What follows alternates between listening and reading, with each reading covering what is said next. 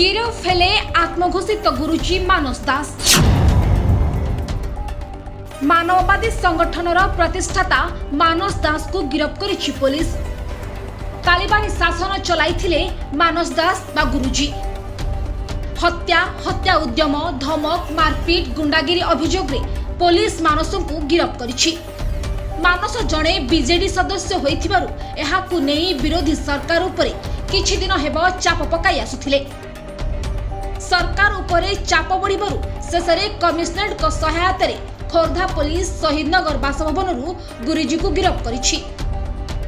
पेशारे वकील थिबा मानस दास मानववादी संगठन नामक एक संस्था चलाई आदिवासी दलित को निज संगठन रे शामिल करुथिले। लोकंक स्वार्थ पई लढुथिबा कहउथबा बेले किंतु वास्तव रे गरीब लोकंक ऊपर चलाइथिले अत्याचार सबु सीमा टपिबारु मानस दास को विरोध में बेगुनिया थाना रे एकाधिक अभियोग होईछि। एठारे कही रखु कि अगस्ट 1 तारिख दिन मानसंकर समर्थक माने बेगुनिया थाना करडिया गाँव सत्यव्रत को टेकी नहीं पिटी पिटी हत्या करबा परे जाली देइथिले। एही घटना रे मानस दास को भक्त शामिल थिले एने अभियोग होइथिला किंतु पुलिस 5 जन को गिरफ करथिले मध्य मानस दास को गिरफ न करी चुप बसिथिला। तेबे गत किछि दिन पूर्वरु मानववाद संगठनर किछि सदस्य बाप पुओं को गोरुगाई भली माड़ मारिबा घटनार वीडियो सोशल मीडिया रे भाइराल होइथिला।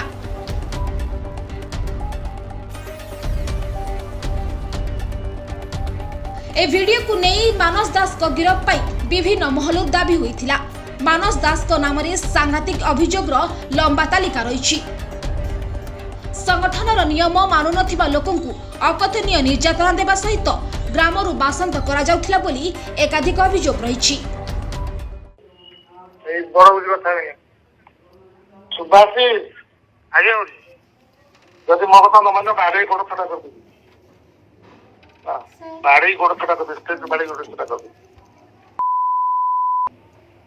मो कथा अवज्ञा करिया नहीं पुलिस को टेकरी छथिबो मो बाउस बोली कहइतली 12 वर्ष मीटिंग रे कहइतली नाही गो हां नाही गो कोनो मार दे सब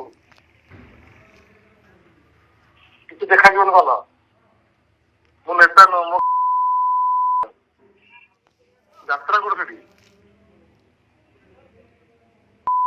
पिटी पिटी पाखरा पटे मार दे छ डर भरा नहीं जगह तो पाइबनी पुलिस पूरी तो कहते 12 मीटिंग कहली